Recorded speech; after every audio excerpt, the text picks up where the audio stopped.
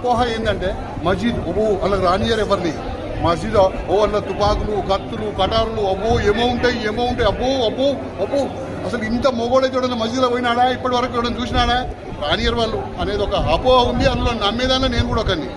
నేను వృత్తిరీత్యా పోలీస్ డిపార్ట్మెంట్లో పనిచేసిన. నేను ఇంత లోపలికి ఎప్పుడు రాలే. మళ్ళీ నేను అక్కడి వరకే వచ్చిన గాడికిలే పోయినా. కానీ ఈ రోజు వస్తే నేను ఇలా అనుకున్నా కూడా స్నానం చేసి మంచిగా నిన్న స్నానం చేసుకుని వచ్చిన. ఎందుకు వచ్చినా నీతి నిజాయితీ న్యాయం ధర్మం అనేది ఉంది కాబట్టి పవిత్ర స్థలంలో పోతున్నాం, మంచిగా పోవాలని చెప్పేసి వచ్చినాం.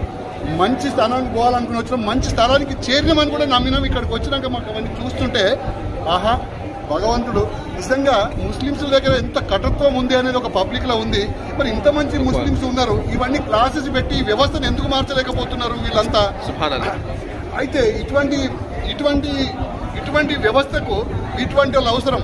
నిజంగా కూడా ఇప్పటి వరకు ఇంతమంది వ్యవస్థలు నేను 66 సంవత్సరాలన్నా ఎవరు కూడా ఈ రకంగా చెప్పి మా మస్జిద్లకు రాబోయా చూడబోయా అని చెప్పేసి ఎవరు అనలే. మరి మస్జిద్లకు రానియర్ అనేది ఒకటి ఉంది తప్ప ఇక్కడ మస్జిద్లకు వస్తే ఇంత న్యాయస్థానం ఒక భగవంతుడి ఇంట్లో తిరిగేటువంటి భగవంతుడి ఇంట్లో లేడు. కానీ భగవంతుడు ఏదైతే సూక్తులు ఉన్నాయో నీతి న్యాయం ధర్మం మంచి చెడు ఏదైతే ఉందో ఈ పవిత్ర స్థలంలో అందరికి బోధించడానికి ఇది మంచి స్థలం అని చెప్పేసి భగవంతుడి ఈ ప్లేస్ని కల్పించి మీ ద్వారా ఈ ప్రజానికానికి మహాశూరులందరికీ మేల్కొల్పే విధంగా చేపిస్తున్నాడు అనేది నమ్ముతున్న దానిలో నేను ఒకరిని.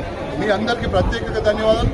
ఆ సృష్టికర్త ఎవడైతే ఉన్నాడో ఆ బొమ్మేసి చూపించారు. నిజంగా ఇలా ఎవడు తురుకోడు, ఎవడు తెలుగోడు, ఎవడు క్రిస్టియనోడు ఎవడు లేడు, అంతా వాడు ఒక్కడే. వాడు ఎవడైతే కలిపిండో ఆడదాన్ని మగదాన్ని చూపించాడు. ఇలా ఫోటో చూపిస్తే ఈయనకు నాకేం సంబంధం అంటే నిజంగా సంబంధం ఉంది. ఈయన నేనంతా ఒకటే, ఒక తల్లి పిల్లలమే.